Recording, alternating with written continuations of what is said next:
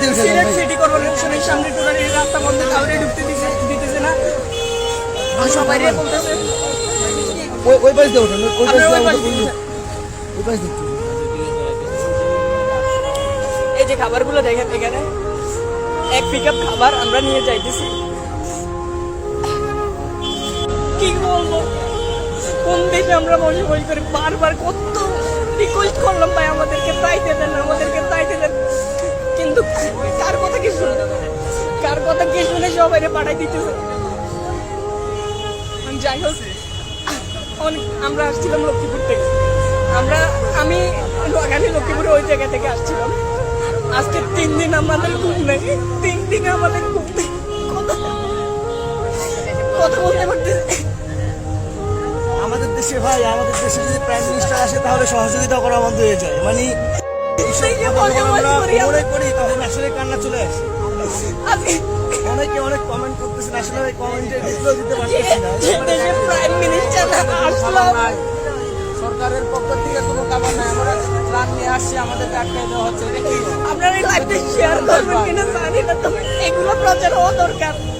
যে দেশে prime minister আসলে সহযোগিতার হাতটা বন্ধ হয়েছে, মানুষ সাধারণ মানুষের সহযোগিতা করবে সেটা বন্ধ করে দেওয়া হয়।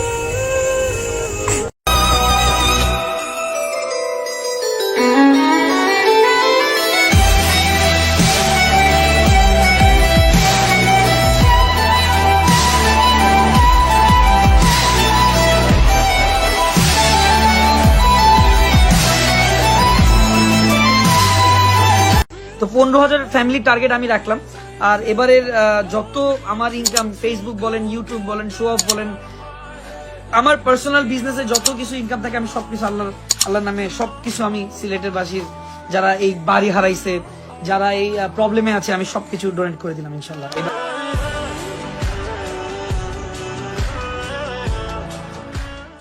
লাগে যদি ডাকবেন, আরে সাইজে আমি 5 ফুট 8 ইঞ্চি হইতে পারি, কিন্তু কলিজাটা আমার পুরা শরীরের চেয়ে বড়।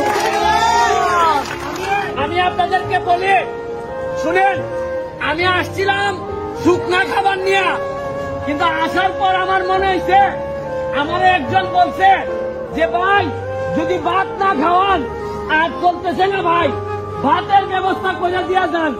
আমি এখানে একজনকে পাইছি, যিনি আপনি আসেন, উনি আপনাদের জন্য 3 ডেক ভাত নিয়ে আসছিল আজকে খিচুড়ি। আপনারা এইখান পর্যন্ত নাকি আসে নাই, ওইখানেই শেষ হয়ে গেছে সব। শূন্য আমার কষ্ট লাগছে। এখানে চেয়ারম্যান সাহেব আছে আপনাদের, আমি আপনাদেরকে বলতে চাই, এই 500 প্যাকেট শুকনা খাবারের সাথে সাথে আপনাদের এখানে আরো অন্তত 1 সপ্তাহ খাবারের জন্য আমি 1 লক্ষ টাকা আপনাদের কাছে দিয়ে যাচ্ছি। আমি 1 লক্ষ টাকা দিয়েও শেষ না, যদি আরো লাগে আরো দিব, যা লাগে দিব। তারপরে কথা দিচ্ছি যে যাদের এখানে একবার পাড়া দিয়ে গেছি, কেরারে না খাইয়ে থাকতে দিব না, এটা কথা মনে রাখেন। বিপদ কখন আছে কেউ জানে না। আজকে সুনামগঞ্জের উপর দিয়ে বিপদ আইছে, আমি হবিগঞ্জের মানুষ আইছে। আগামী বছরে আমার মা বোন পানিবন্দী থাকতে পারে, আপনারা যাবেন সাহায্য করতে। এইটাই বলে মানুষ এবং মনুষ্যত্ব।